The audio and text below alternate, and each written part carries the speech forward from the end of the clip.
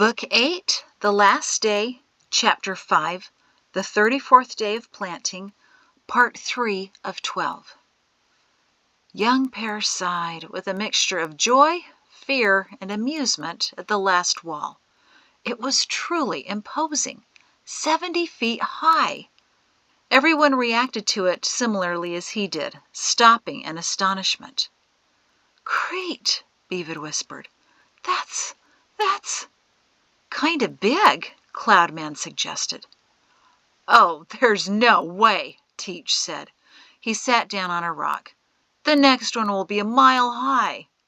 Snarl squinted at the wall, then the slope, then started scaling the steep terrain in a way no one else could follow. Young Pear braced himself as Snarl scurried to the top.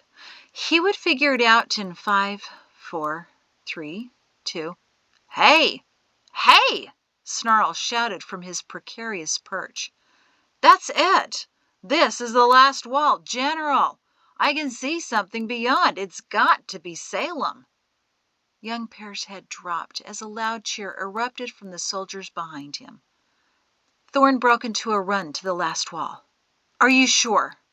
"I see a herd of cattle!" Snarl exclaimed. "This has got to be it!" Amory jogged over and evaluated the canyon contours. "I know these rocks. I used to live not far from here. Salem is just on the other side. Lemuel, we made it!" Thorn turned to her with a thin smile. "Yes, my love, we did. But had you told me about this when we first got together, I could have had my kingdom for much longer." Amory heard the cutting tone in his voice. "Lemuel, I thought I explained all of that to you." Thorn nodded to his guards, and 2 of them gripped her arms. "You did, but not to my satisfaction." He drew his sword. Amory gasped. "You are not fit to be my queen. Only one woman is." He plunged his sword into Amory's chest. Young Pear barely looked away in time, but still he heard her ragged gasping. "Jaytsy will be my queen," Thorn declared calmly. "Not an old sow like you." Young Pear heard the sword plunge again, and the gurgling from Amory stopped, followed by a soft thudding of a body meeting the ground. "He just killed her," Reg whispered, horrified. "I can't believe it, just like that." "I've seen him do that before," Young Pear whispered back, his eyes squeezed shut. "Too many times." Pal rushed over to the side of the canyon and lost his breakfast all over a dead bush. Buddy joined him a moment later.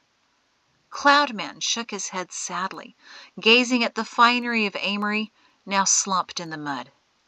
"He definitely wouldn't be fun when we go find the elephants, Young Pear." Beavid gripped his shoulder. "You're next, Young Pear," he whispered harshly. "Be careful, be very, very careful in the next few minutes, or you won't be meeting your mother." "She's not my mother," Young Pear whispered, his gut heavy. "But I do want to see her, and I'll be careful, I promise." "What are you girls whispering about over there?" Thorn demanded, putting his bloody sword back into the sheath. "Strategy for scaling this wall, sir," said Beavid loudly. His team nodded rapidly in agreement. "And," Thorn said indifferently, as if nothing more had happened except for his love getting a mosquito bite. "The climb isn't so hard," Snarl announced, still at his perch. "It will be for people like Teach," Young Pear said, willing himself to not look at the body, covered in reddening silks and splayed on the ground. "I recommend that whoever can should follow Snarl," he said, "but be careful so as to not erode the side too much, or no one else will be able to follow. For the rest, we still have lots of bedrolls. We need to get tying them together before we have too big of a log jam behind us again." "Do it," Thorn ordered. "But Shin, I want you up and over that wall now. You need to be the first one to climb it." Young Pear turned to him, seeing out of the corner of his eye the body of Amory being dragged over to a small ledge. She would be on display, in all her bloody silks, for the rest of the army passing by. Young Pear crossed his arms as best as he could with his wrists chained, and cocked his head. His hatred for Lemuel was doubling every moment. "And why do I need to be the first, Thorn?" Thorn glowered at his disrespect. "To gauge the reaction time of the Salemites, Shin." "Only if you unchain me again." "Only your ankles. You can move well enough with your wrists shackled." "I'll do it," Cloudman said eagerly. Beavid handed him the key, and Cloudman undid the lock holding the ankle shackles. He put the chain around his neck and again bounced merrily. "Be quiet and climb," Thorn ordered. Cloudman saluted sloppily and nodded to Young Pear. Young Pear started in the same hand and footholds Snarl used. He slipped a few times, but too soon he was near the top of the wall. Snarl had scooted higher, not wanting to be in Young Pear's way, and also not wanting to be the first to set foot in Salem. Young Pear's stomach leaped into his throat when he noticed the actual entrance was only 100 paces away. Suddenly, he wanted to be there as fast as he could. Taking a deep breath to control his anticipation, he cautiously started back down the other side. His sense of self-preservation startled him. Normally, he would have risked leaping from a good height and taking off in a fast sprint. But for some reason, a sense of injury and danger hovered around him. The same sensation he felt when he was trying to cross the river on the logs he felled. His normally reckless nature was missing, and at a time like this, he wished he had it back. Or maybe not. Perhaps now was the time for restraint, but that seemed entirely inconsistent with his nature. Cloudman was right behind him, but Snarl stayed at the top, searching in the distance for any movement and quietly muttering, "Sheep, swine, horses, goats." "Wait for me," Cloudman called as Young Pear reached the bottom. Young Pear was a mixture of emotions as his feet hit the ground. The anxious feeling remained, his feet rooted in place, but a small, rebellious part of him rose up demanding that he run, run, run. But the choice was simple. Cloudman would suffer from Thorn's sword if he ran away. Suddenly, nothing was more important than waiting for the former Vilehead. Cloudman rushed over to him. "Hold out your hands." And Young Pear obediently did so, wondering why. With his back to Snarl, Cloudman expertly undid the lock on his wrists and shoved the lock in his pocket. Young Pear's jaw dropped. "Cloudy, what are you doing?" he whispered. "In the future, I hope to have the pleasure of explaining everything to you, but now's not that time," he said hurriedly, and quite lucidly. "We're going to find elephants later, remember?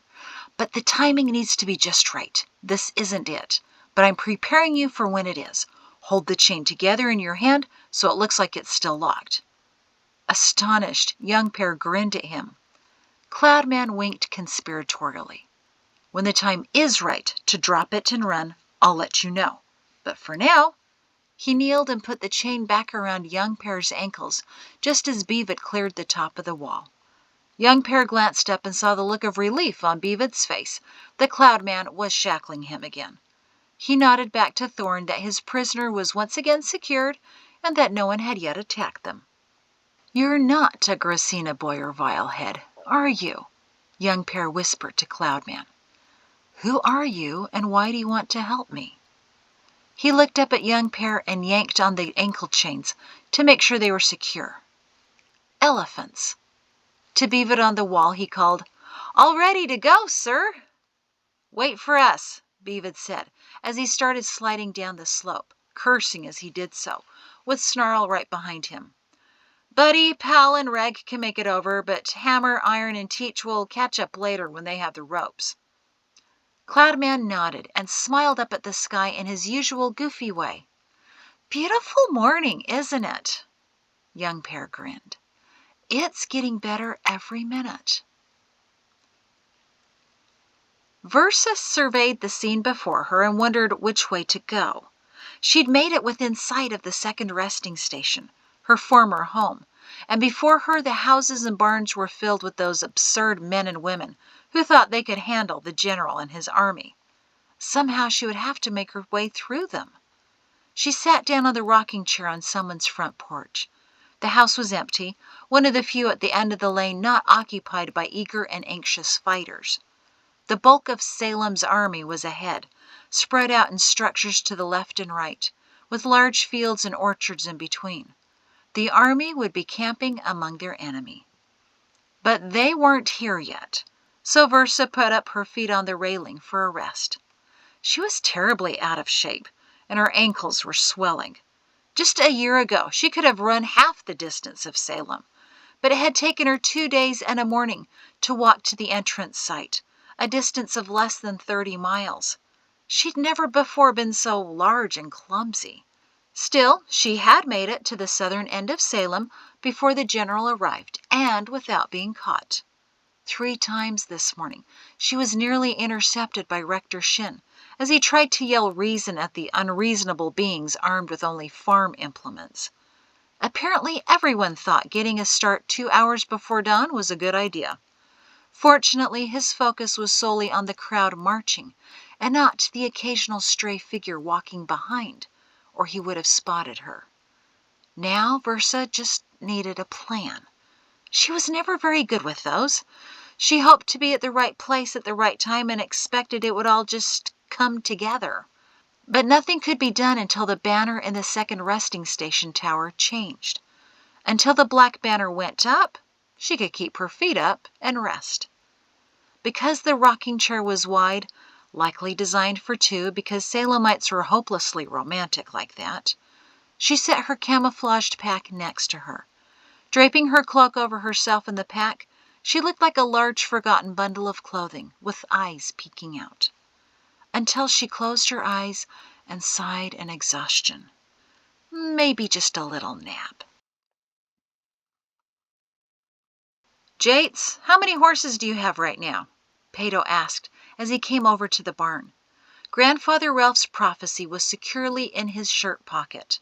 His mother was needlessly reorganizing a linen closet, and he'd made no progress with Lilla, who was still firmly entrenched at the rectory, staring down the silent road in hope. She could spend another hour or so watching. They sat together for a time, holding hands and silently praying, until Pato knew he needed to get back to the estates. He nodded in approval at his daughters and nieces as they showed him the ready stalls. "Well, since Sham and Company rustled our best horses," Jaytsy gestured to the barn, which was considerably emptier, "all we have left is that little one for Mother and this beige one. Clark 14 obviously needs some rest." Tabit Brighter was brushing him down as he munched on a bag of oats. "Seems I've got a little bit of time right now," Pato said, "so I'll head up to the route and start choosing some more horses. Are Hokel and Atlee still up there?" "Supposed to be," Jaytsy said, "with my Yanali and your Sentia." "Oh, dear," Pato said dramatically. "They've been unsupervised for probably an hour now, so—" "One of us better get over there," Jaytsy finished with a chuckle. Pato started in a fast walk for the route entrance. He wanted to see how people were progressing anyway. Cephas had caught up to him at the center of the city earlier that morning and told him the eastern side of Salem, for as far as he and the remaining assistants could see, was abandoned. He'd be returning to the estates for midday meal. Pato started to jog in hope of shaking the weariness out of his mind. He'd already been up for the past 6 hours, on one of the longest mornings he had ever remembered. It was just going to get longer, he suspected. Soon he was over the hill and down one of the many dips between the hills on the way to the route, out of sight of the estates. "Ready?" young Pear said to the men standing with him. "They won't attack with you in the lead, right?" Buddy asked. Young Pear smiled patiently. "Pretty sure they won't, Buddy. No Salemites will be attacking anyone today." What he would see in less than 100 paces, he wasn't sure. Certainly the tower, but in what condition was the rest of Salem? And would anyone be there? It was too much to hope that his father might be waiting, or his brother Ralph, but maybe.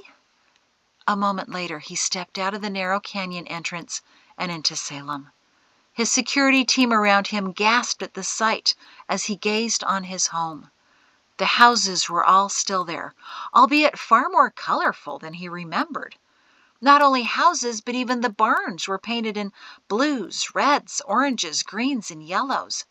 There were animals, orchards, farms, canals, hundreds and thousands of buildings, farms, fields, vineyards extending for 40 miles to the north. And it was exactly as he remembered it. Home. Except one thing was missing. Noise. The usual hum of the valley was replaced by eerie silence. Salem had evacuated and was deserted, as it should be. There was a wandering cow here, a bleating goat in the distance there, but otherwise the immense valley was still, as if it were a giant painting come only partially to life. Young Pear was partly disappointed, but mostly grateful. The Salemites had followed General Shin's plan. He glanced to his right at the tower. The banners were changing, as they should be. There were two. One black with a white sword, calling for the evacuation of the area, and another gray banner that Young Pear vaguely remembered signified something about the army on the move. Both went down. A lump lodged in his throat. He didn't even notice the soldiers filling in behind him, each exclaiming in wonder over the size of Salem, because the new banners were rising. The short red emergency flag went first, then the solid black banner, still with creases in it from having sat folded for so many years. Pugga folded it. He'd folded each one of them tightly, then shoved them far back in the cabinets of each banner tower, never to see the light of day, except for one day, this day. And now, more than 25 years later, it finally flapped, dark and brooding over the tower. The army of Idemia had entered Salem. No chimes were sounded, but Young Pear knew the other tower men would be watching. Already in the distance, the other banners were falling to be replaced with the somber, solid black ones. The tower men would then take their waiting horses and ride away to join the rest of the Salemites at the ancient temple ruin. Tears streaked down Young Pear's face. He was home, and he didn't care that he was home in chains. He was back. Maybe someone at the tower would reach his family and let them know he was there. Young Pear, he heard a reverent whisper next to him. This is unbelievable. He glanced over to see Po Healy, his jaw appropriately slack. The towers, the valley, so big, so much, the towers. In the world, the towers were only 1/4 the size, with simple banners for a handful of messages. When Pugga came to Salem, he designed far larger towers with taller poles for more complex messages. I'll give you one guess, Po, as to who had those towers built and devised the messaging system, Young Pear whispered. Po quickly turned to him, still astonished. I just can't. I want to believe, but here it all is. I. Young Pear grinned at his stumbling and saw tears of hope building in Po's eyes. A movement by the second resting station tower caught Young Pear's attention. He turned just in time to see a man posted to the tower run to the east, slipping quickly into the thick forest. He would have to do some sneaking around to get past the army and to the west, but it wouldn't be difficult, especially if he had a horse tethered in the trees, which Young Pear suspected. Run, he whispered. Run away. Hey! Young Pear jumped when he heard Thorn shout right behind him. Someone's escaping from the tower. After him. Immediately 5 soldiers broke away and ran to the forest, but stopped before entering it. None of them felt brave enough yet to step into the trees. Thorn grumbled in displeasure, and Young Pear winced when he realized only one messenger had left. Another still had to be at the tower. Come on, Shin. We have a message to send.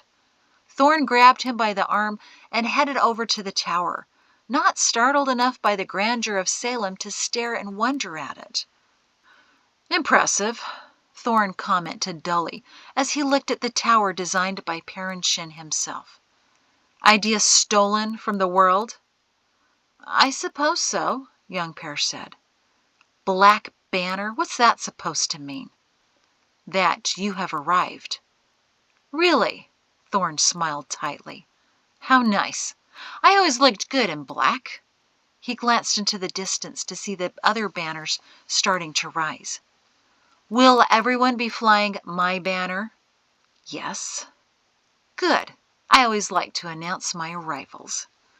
A few more soldiers had run ahead of Thorn to the tower, and now 2 of them pulled a heavy-set older man from behind it. Young Pear grimaced. It was Assistant Anno. Young Pear shook his head slightly, trying vainly to assert his innocence in helping the army to Salem. But Anno's face hardened as he recognized young Pear.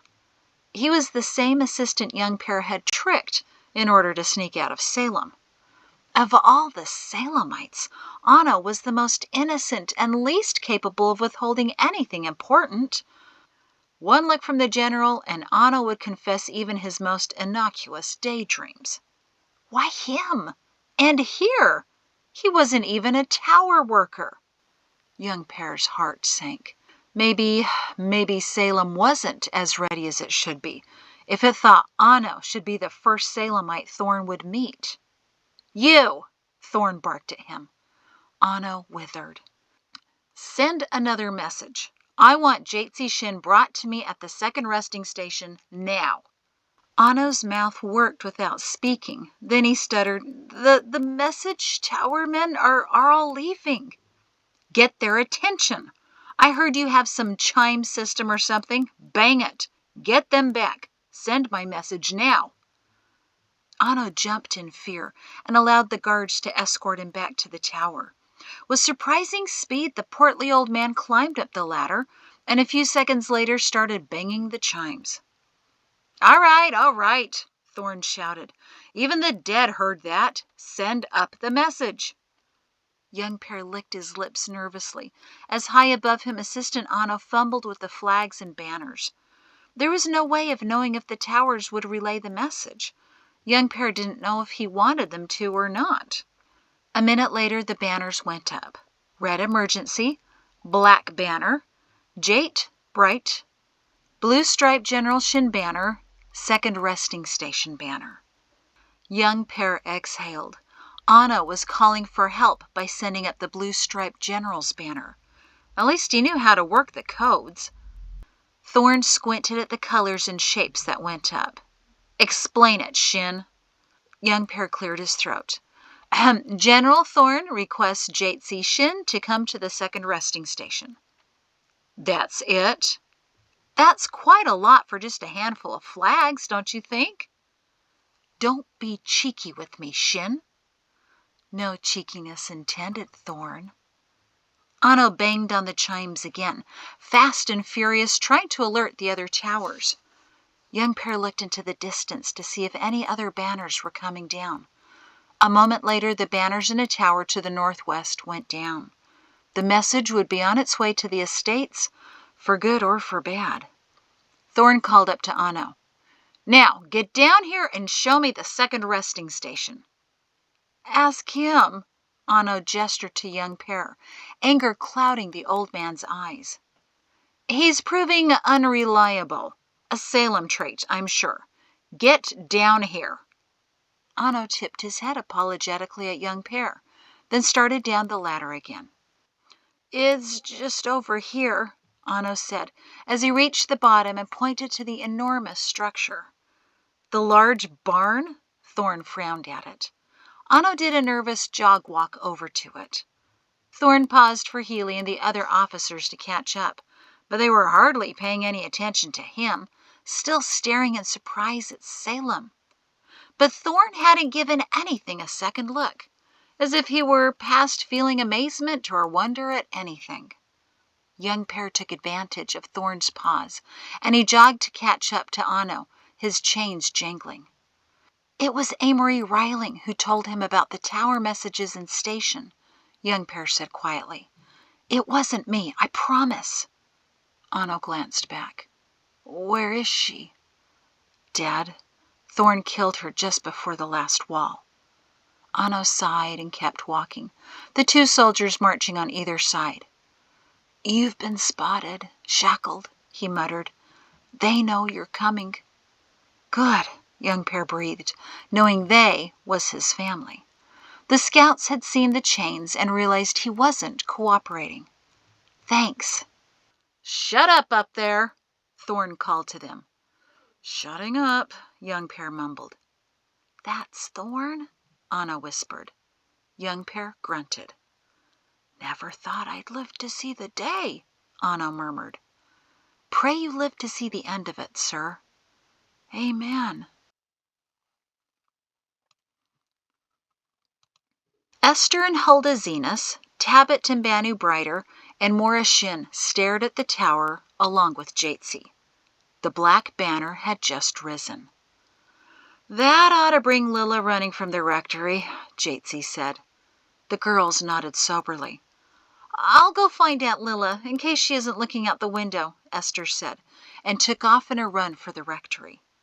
Young Shem Brighter came out of the barn, his mouth hanging open. The front door of the Shin's house opened, and Mahrree stared at the tower, then looked over at Jaytsy. He's here, she called dully. Sakal rushed out of the Shin's house, stopping right behind her grandmother. Mama, Tabit said anxiously to Jaytsy, something's changing. Sure enough, the banners were lowering. Then a few minutes later, new banners went up. Mahrree gasped at the message. Jaytsy! Jaytsy gaped at the tower, calling for her to come to the second resting station. And suddenly she knew what she had to do. Mahrree ran over to the tower and shouted to the men at the top. Go! Leave now! Thorn can't see that he can control our message system. Sorry, one of them called down. We weren't sure what to... Go! Mahrree bellowed, and the men obediently scrambled down the ladder. That message is from the general, Mora whispered. The one we don't like? Banu nodded at her little cousin as the tower men mounted their horses and took off for the lower middle route. The black banner is to say he's here, and he wants... She glanced nervously at her mother. Mama? Jaytsy continued to stare at the flapping banners as Mahrree jogged back from the tower. Jaytsy, run! Now! I'll get a horse. Huldah raced to the barn. Yes, Jaytsy said slowly. I need a horse. Mahrree stopped. Oh, no. Jaytsy, look at me. Jaytsy turned calmly to her mother. No, no, no, Mahrree moaned. I know that look. What are you going to do? Answer the call, said Jaytsy confidently. Mother, I can take care of this. What? No! Jaytsy gripped her mother's shoulders. There was something she could do for Salem. The idea had impressed itself in her mind so deeply and urgently that no other option even occurred to her. He wants me alive, Mother. 200 pieces of gold, remember? Of anyone in Salem, he just might listen to me. I know a few things about him. Maybe I can help bring this to some kind of peaceful resolution. Mahrree looked around wildly. Where's Pato? Went to get horses. I doubt he can see the tower banner, not if he's in that dip between the hills. Once he gets to the beginning of the route, he'll see it. Deck? Went to help Shem. Jaytsy, you can't go alone, Mahrree shrieked. I'll go with her, Tabit offered bravely. Her grandmother and mother rounded on her. No, they shouted together. Tabit looked relieved. Look, Mother, Jaytsy said, jostling her a little. They barely arrived. They know very little of the condition of Salem, and the entire army will still take several hours to get here. Now's the perfect time for me to go. And do what? Mahrree demanded. Reason with him. Shins are not very reasonable, Jaytsy. Negotiate. Again, not our strength. Sway him with my beauty, then. Mahrree paused. You are still very beautiful, Jaytsy. Huldah stood there with the beige horse, trying to understand what was going on. Jaytsy whisked the reins out of her hand. Then it's settled, she said as she mounted. Oh, no, it's not, Mahrree cried as Jaytsy kicked the horse. Come back here, young lady! Jaytsy! But she was already heading to the main road. Mahrree was shocked for only half a second before she spun and ran back to the barn. She looked at Clark 14, sweaty and exhausted, then at the smaller horse, wobbly and frail. Her granddaughters, grandson, and niece followed her in. It's the only option, Mugga, Banu said quietly, nodding to the pony. Mahrree closed her eyes and sighed. I could never catch her, could I? Not on that, Aunt Mahrree, Huldah said. I could go. No, Mahrree gripped her arm. No, no, no. We need to stay together. No one else leaves. She looked up and called, Dear Creator, this is not good. Send the men back. Send Lilla and Calla and Esther back. We're running out of time, and please, please send Jaytsy back. As they reached the second resting station, Anna looked back to the general and offered a most awkward smile. And we're here. Now, if you don't mind, I have someone waiting for me. Thorn scoffed and quickened his pace to grab the man's arm. You're staying with me, my little friend. What's your name? Anno? Stupid name. No wonder you're not sure of it, he said, steering him up the stairs. Thorn stopped at the front porch and cocked his head towards his guards, who stepped up and threw open the door. You go in first, Anno. Bemused, Anno shrugged and walked in willingly. Thorn gestured to the guards to follow him, and 4 men went in while 6 remained surrounding the general. A minute later, a soldier stuck his head out. All clear, sir. Thorn gestured to Sergeant Beavid and the security team that was still with him.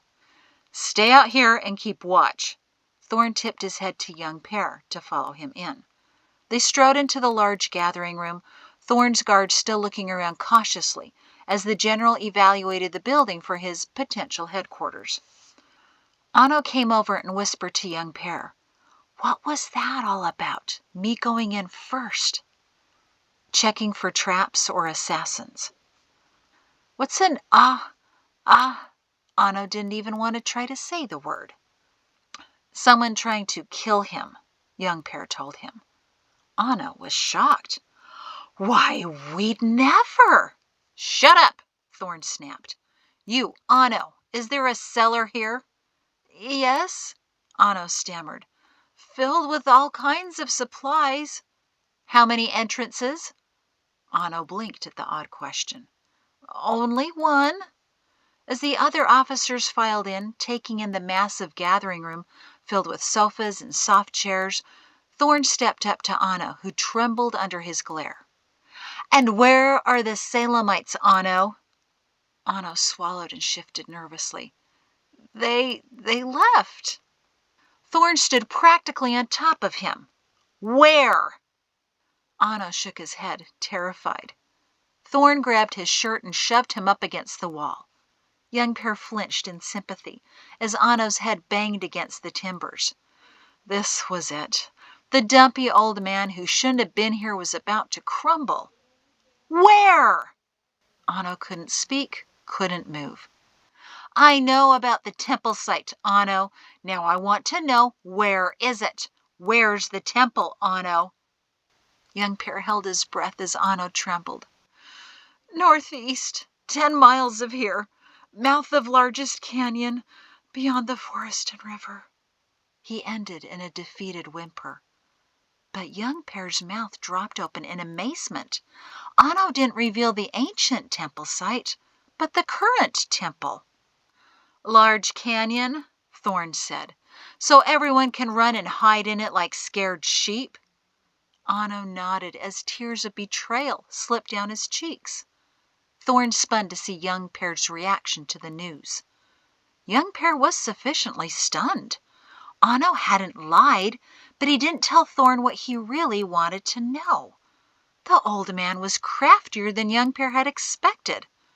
It was almost as if he'd been taking lessons in lying. Thorn took young Pear's shock as a good sign. "It's the truth," he sneered. "Look at Shin. Amory was right. Salemites can't lie to save their lives, or in this case, the lives of everyone they know. Find a room to lock this one up." He pointed to Ano. "He's a wealth of easy information. As for Shin, he's used to dark basements. Guards and you."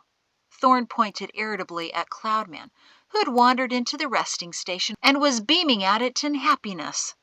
"Take Shin down to the cellar." He turned back to Ano. "Where's the door to the cellar?" Ano's shoulders heaved as if he was about to break into sobs. "Through the kitchen. Have to go out on the porch, down the stairs. There's an access outside. Young Pear, I'm sorry, I'm sorry." "Shut up!" Thorn bellowed at him. Young Pear nodded, suppressing his smile at Assistant Ano's new acting skills. "It's all right, Mr. Ano. I understand." "Take him!" Thorn shouted, and Cloudman steered Young Pear gently toward the kitchen. Shem looked around the ancient temple site. After half an hour of cleaning, there was no sign of any battle. He nodded in satisfaction and walked over to the campsite of the Shins, Briders, and Zenuses. They were in front of the ruin, about 30 paces away, with a clear view of the dead valley below. He smiled at the location. "We told Mugga we'd save her a good spot," Jory said. "We thought this provided the best views." "She'll love it," Shem agreed. "Plenty of room for all of us. Lek, you have my tent, right?" "Yes, Papa.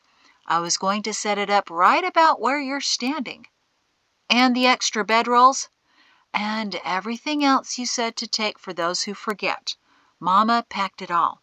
It's all over here, just waiting for you to move so I can start setting it up," Lek hinted. Bascos put his hand on his father's shoulder. "We're fine now, Papa. No one else is coming until the full army arrives.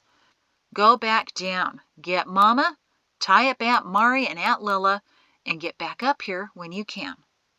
Shem looked around at the extended family, setting up camp perfectly well without his direction.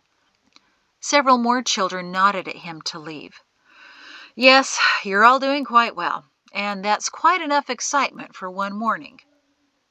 "The morning's only half over, Papa," Zadok reminded him.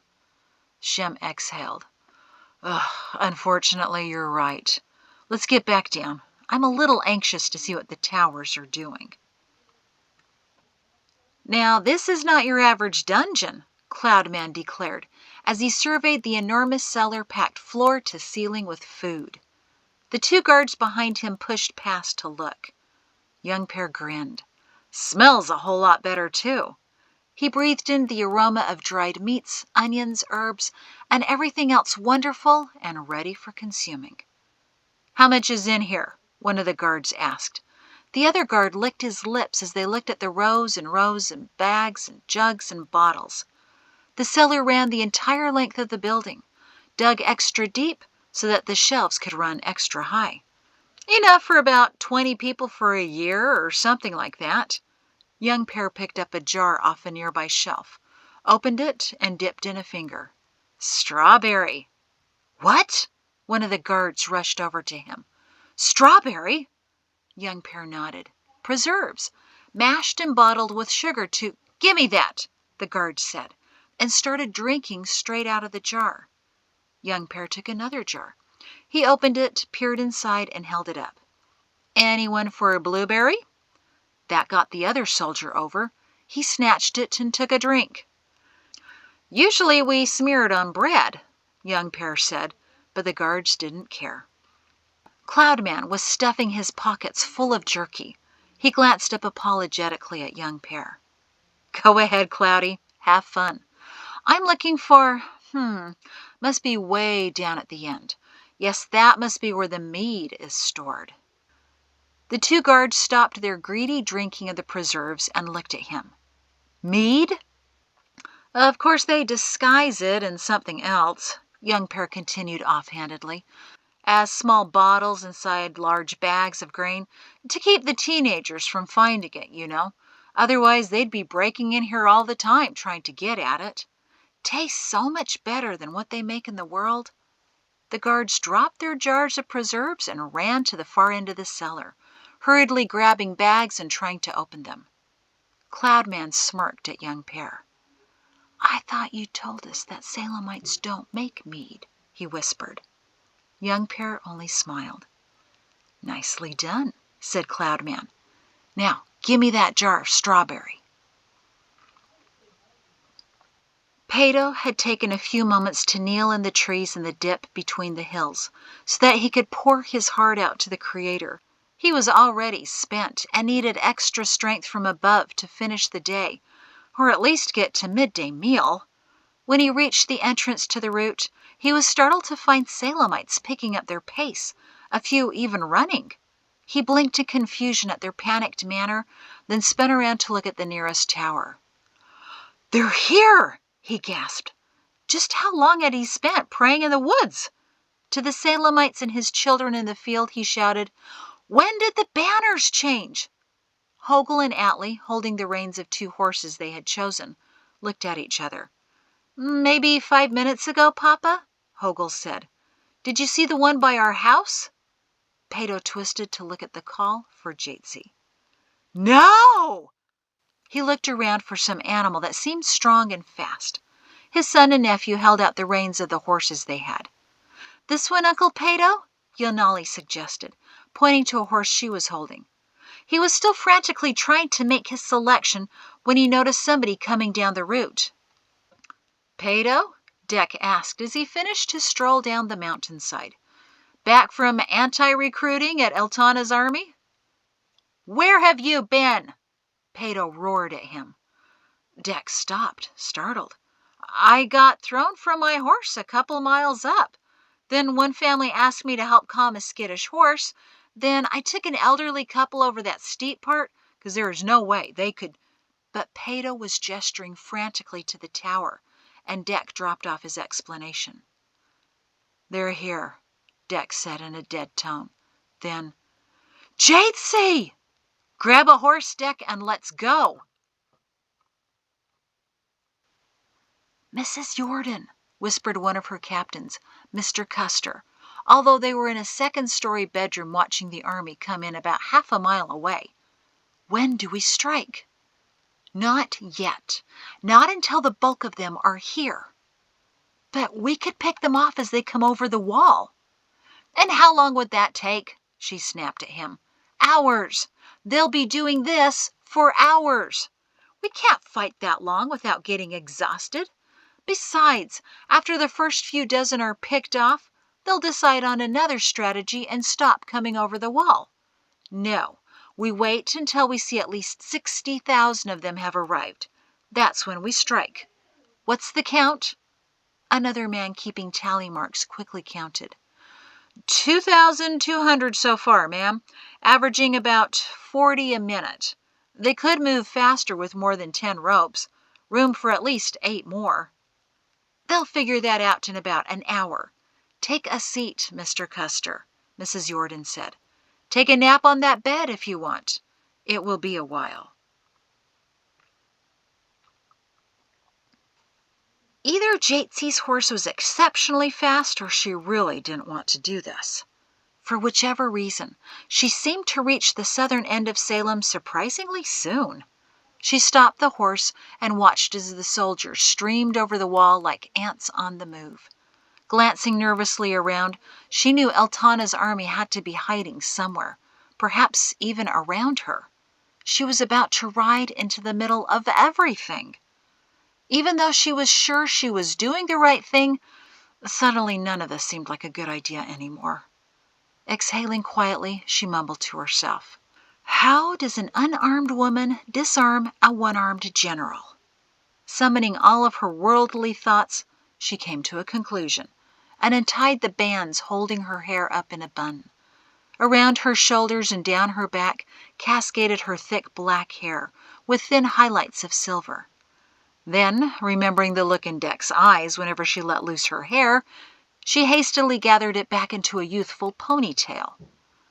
"I'm trying to prevent trouble," she grumbled to herself, "not cause more. Then again, he may remember me as a teenager, not see me as a middle-aged grandmother." Within minutes her ponytail was in a braid, as it had been when she was decades younger. Feeling a bit silly, yet strangely confident with her appearance, she kicked the sides of her horse. And that is the end of Part 3 of 12, Chapter 5, The 34th Day of Planting, A Very Long Day. Thank you.